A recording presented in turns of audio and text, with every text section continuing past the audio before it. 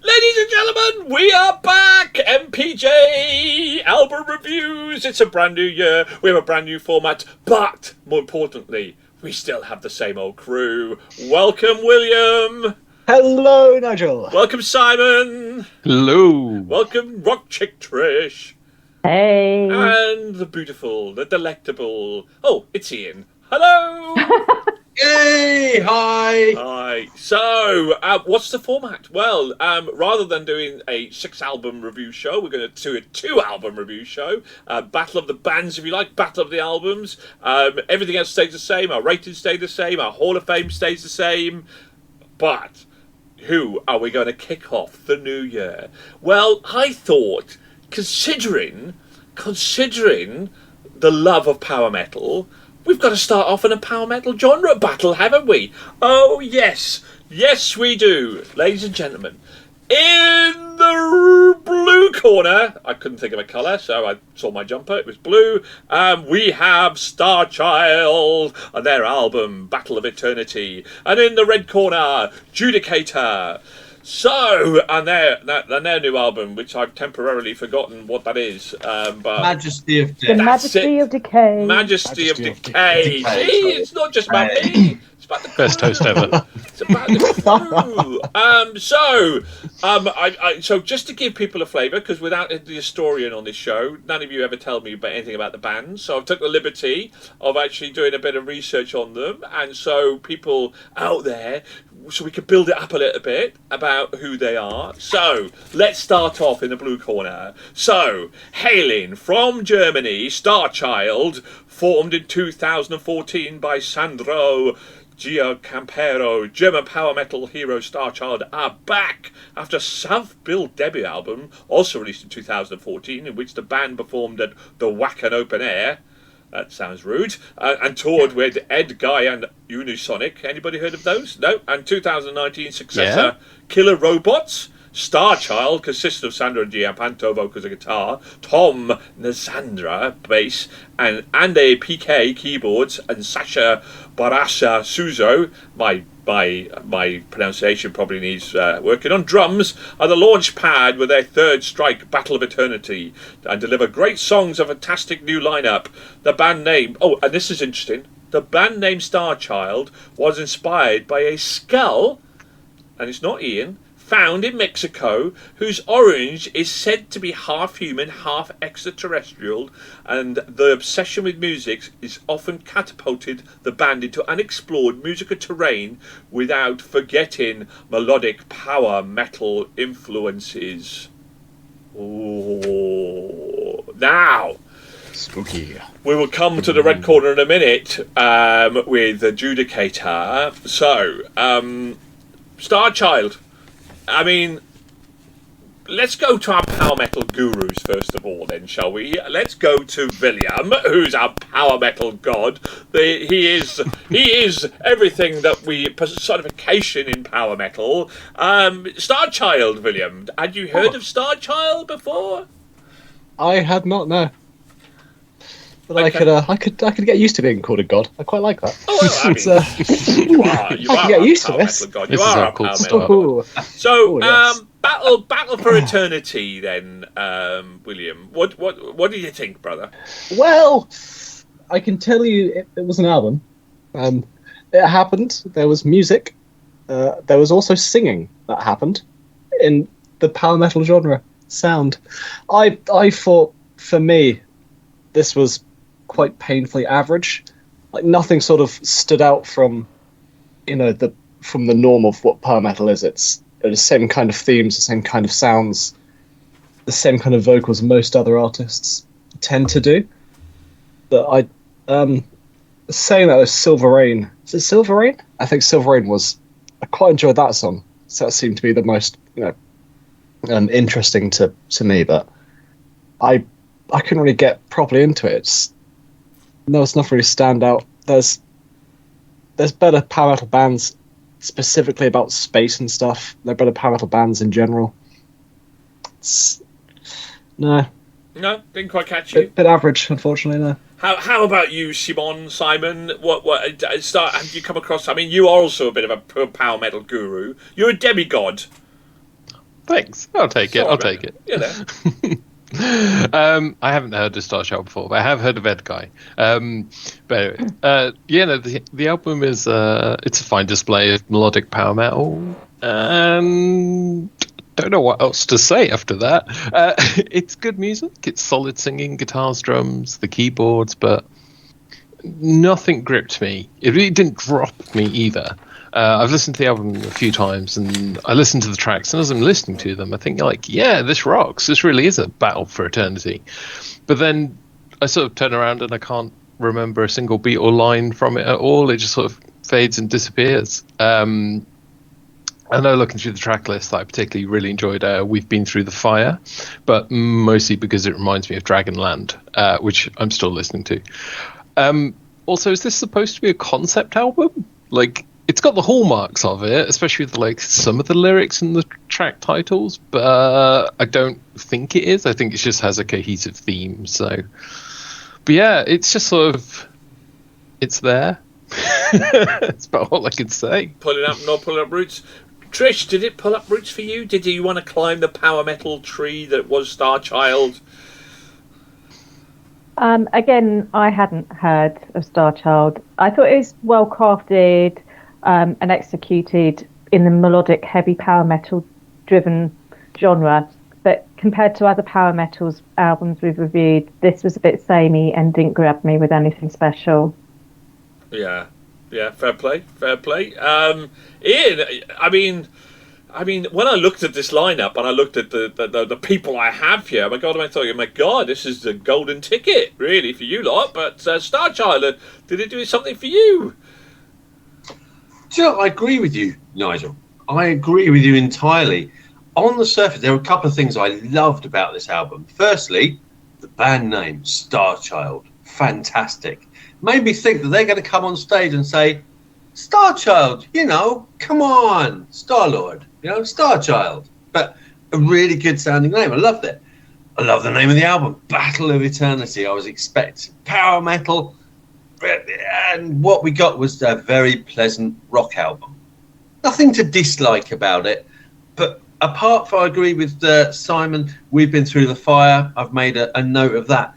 I just put very average with a couple of good tracks. And most notably was We've Been Through the Fire. I really was expecting more. Maybe that expectation added to the fact it's just a pleasant rock album. Would I turn it off if it was on? Probably not. Would I intentionally start listening to it? Definitely not. But I can't say any more than that, really. It's a pleasant rock album. Yeah. Do you know when you cook a gorgeous chili, right? You've made a chili, everything, it looks delicious, it smells delicious, but when you go to eat it, there's something missing. It's bland. You either haven't put enough chili into it, it's just something missing. And yet it smells great, it looks great, but it just doesn't quite taste right. Make that analogy. And Starchild for me was weak. It was bland. It was just yes, it wasn't terrible, but it wasn't also very good. It was just average. And I actually probably think maybe slightly below average. It was just okay. It was disappointing. And actually trying to do some research, because there was a massive band called Starchild that was from the 1970s, and I'm going like, oh my God, this is a remake of that. But obviously, from so finding out information about them, they don't have a website. We talked, didn't we, Simon, about whether this was a concept album. So I tried to go do a bit of research, and I couldn't find that information enough to discover whether this was a concept album, and therefore it didn't really kind of stand out. I agree with the tracks that you named were okay as well, but it was just okay, and it was, we've listened to a lot of power metal, so we know what's good power metal, and we will tell people what's good power metal, and the thing with power metal is that it takes you up, doesn't it? It raises you up, and it takes you to places, and yeah, right, and then you up to the heavens with our gods and demigods, and it just didn't quite take us up there, did it? So okay, Right, well, they still might win this battle, though, because we know nothing else about Judicator. So coming out of the red corner, Judicator, based out of Salt Lake City, Utah. Oh, so it's Germany versus the United States. Right, so the band was formed in 2012 after singer-songwriter John Yellen met guitarist-songwriter Alicia Codosio at, you're going to love this, a Blind Guardian concert. Oh, yes. So, 2 years prior, the band has released 6 full-length albums: King of Rome, Sleepy Plesso, At the Expense of Humanity, The Last Emperor, Let There Nothing Be, Master of Decay, and an EP, Coping Mechanism. The band's lyrics centrally primarily on history, faith, etc. Emboldened by an increase in popularity following their first 2 albums, Yellen and Cardoso grew the duo into a fully fledged band. Oh, yeah, bring it on. In 2005, the band released an album, At the Expense of Humanity, based on Yellen's experience of losing his older brother to cancer when he was a teenager. The album explores the struggles of the Yellen family during the tragic experience, as well as questions its race surrounding faith, death, and family. After Masters of Metal Productions closed, Judicator signed with Dive Bomb Records to release the album. The band also successfully launched and funded, right now, bearing in mind the market that we work in, people, the production of the album through an Indiegogo campaign. Crowdfunding, people. The album was met with universal positive reviews, and Distant Greek gave the album a 9 out of 10 and praised the album's improved production quality, saying, "You would think the album came from a big producer like Nuclear Blast USA or Roadrunner. It's well made." Amps and Green Screens gave the album 9.9 out of 10 and praised the lyrics as deep thought and provoking.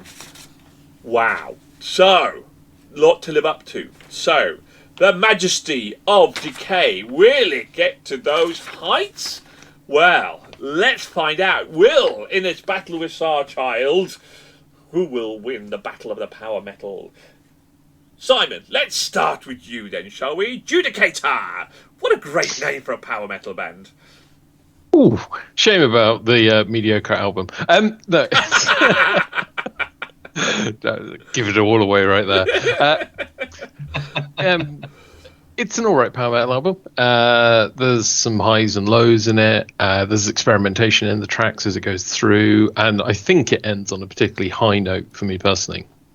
I like that the epically long track, which every power metal band has to have, is at the end of the album, not at the start, because too often the bands put these big 10-minute plus opuses right at the beginning, and when you're trying to listen to it as an album, you feel like you need to like catch a mental breath by the end of the track, but you don't have time because you're actually getting into the album. So having it at the end I think was really nice. But the track itself, Metamorphosis, I thought was a really good track.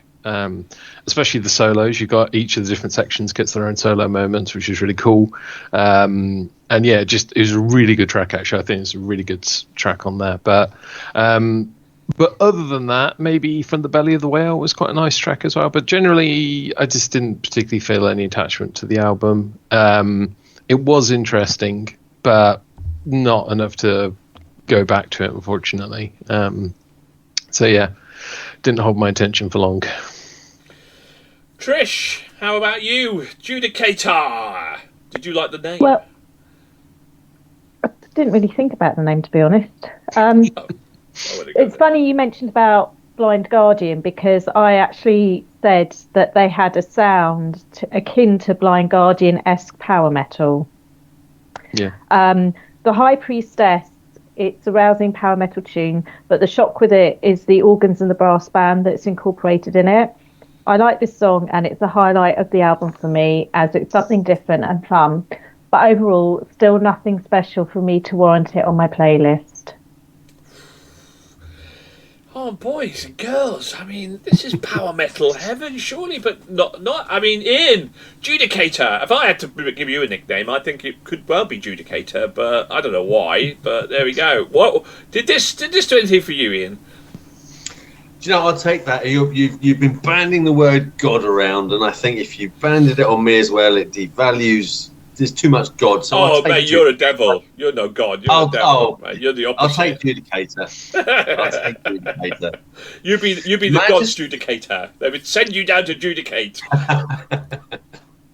Majesty of Decay, I thought, was such an appropriate album. And the first track absolutely explains what I mean by that and describes the album. You get the first 10 seconds or 12 seconds of this amazing build-up, and you're expecting it to launch into this huge rock, like power metal, and it goes, no, it's more folk metal. And that's where the album stays. It looks like it's going to build, and it just doesn't. And it just didn't kick in for me. It's not a bad album. I to be honest with you, I think Simon got a lot more from listening to it. I did, and I don't disagree with what he said. One of the reasons I love doing this is because you hear how other ears hear it, and I think that's what makes this podcast really good. And we come with our different experiences of an album. So I will go back and listen to it knowing what Simon's just said, because I didn't hear that first time around.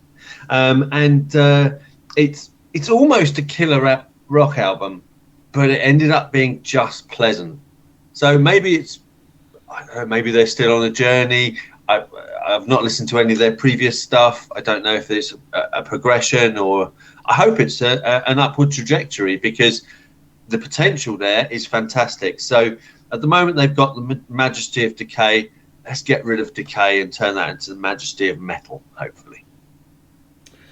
William, Judicator, on your radar?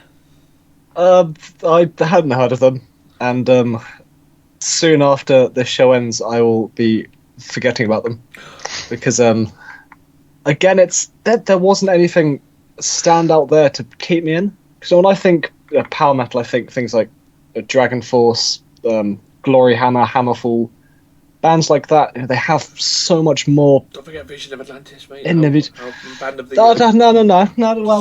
Band of the year last year. Just saying. I mean, they're good, but they're no Glory Hammer still. I've got to say that.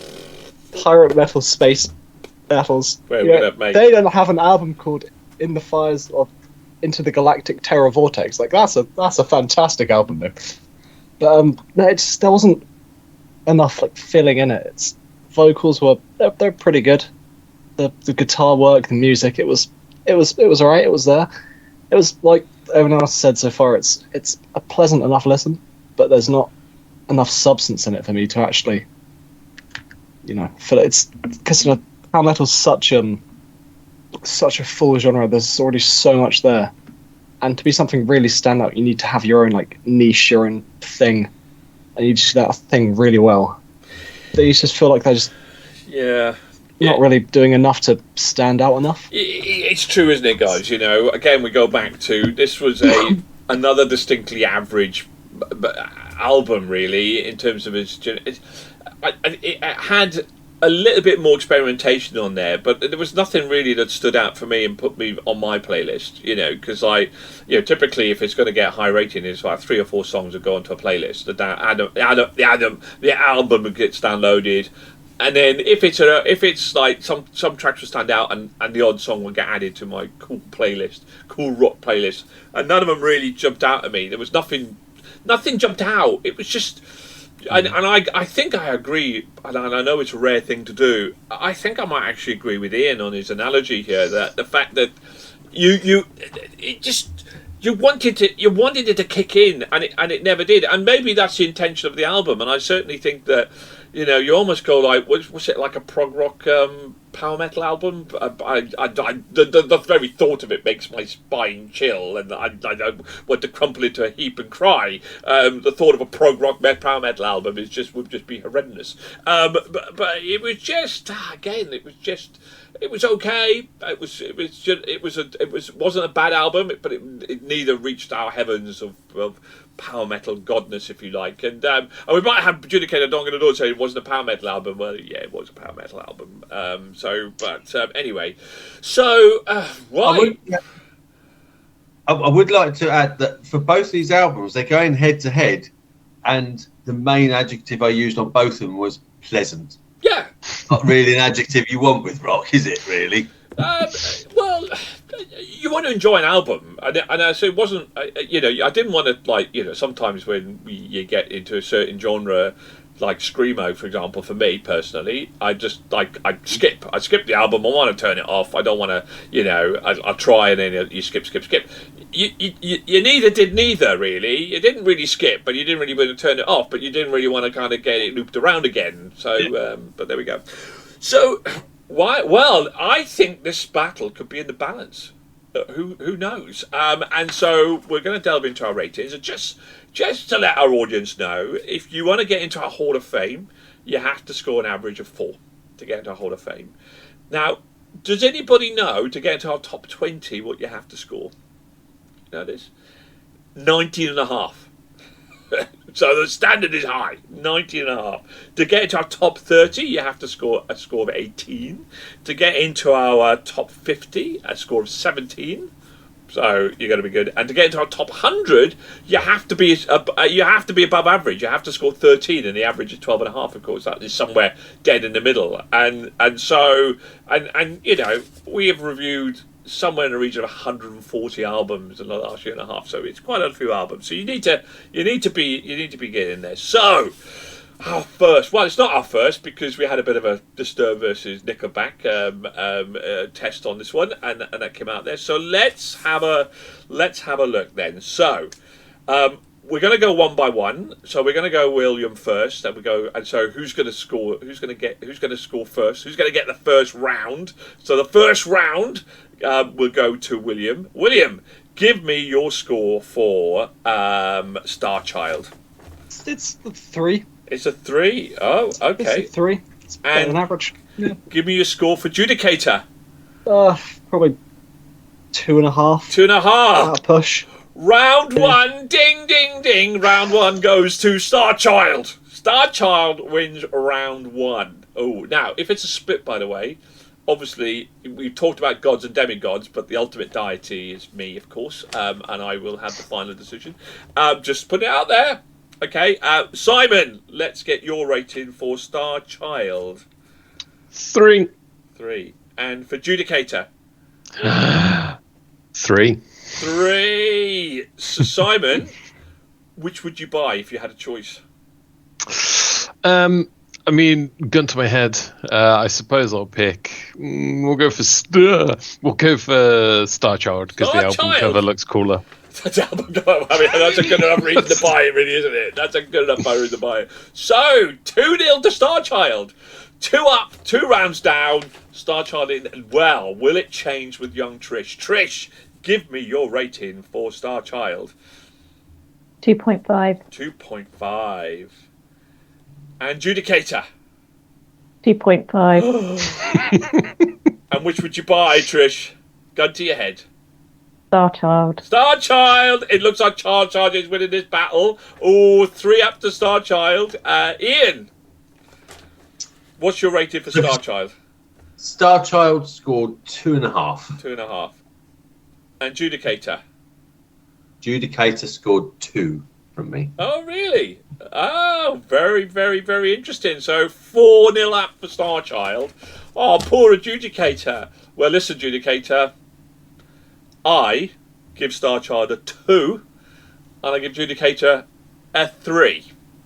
So there's some silver lining here. I'm amazed. I thought, based on our reviews, I thought Judicator was gonna get this. I thought there was a little bit more to Judicator than there was to Starchild. So, but obviously we kind of split down the middle, really. So, so let's find out. Let's time up the final scores. Obviously, Starchild has edged it. Let's be honest about it. Literally edged it. So, so they got 4.5, 7.5, 10.5, 11, 13. They get into our top 100. That you're in our top 100, and you are above average. So it's a decent album. You've got to go decent album. Judicator scored 5.5. So 8, 11. They also scored 13. So both albums were above average. So they're slightly above average. Both albums got into our top 100. And I think I can say in an analogy here that they would okay albums. Listen, guys out there, these are they're worth a listen, and they're gonna resonate with some people. They were okay. They were good, solid albums, well produced, well made. It just didn't soar to the heights that we have. And again, our ratings are purely how much we enjoyed those albums. Well, there we go. Congratulations to Starchild. As a group overall, we would buy your album over Judicator, but you both scored the same. 13 apiece, both in the top 100. Congratulations, well done. And believe me, we have slated some albums, so congratulations on those scores. And thank you very much, everybody. Our first show. Thanks for joining me, and please tune in for more Battles of the Bands and more new album reviews on our channel. Please hit. I see. I like this. Right, I see a lot of YouTube channels. Please smash that like and subscribe button. Yeah, all right. Please hit it, please. But other than that, good for you. Goodbye, everybody. Bye. Bye.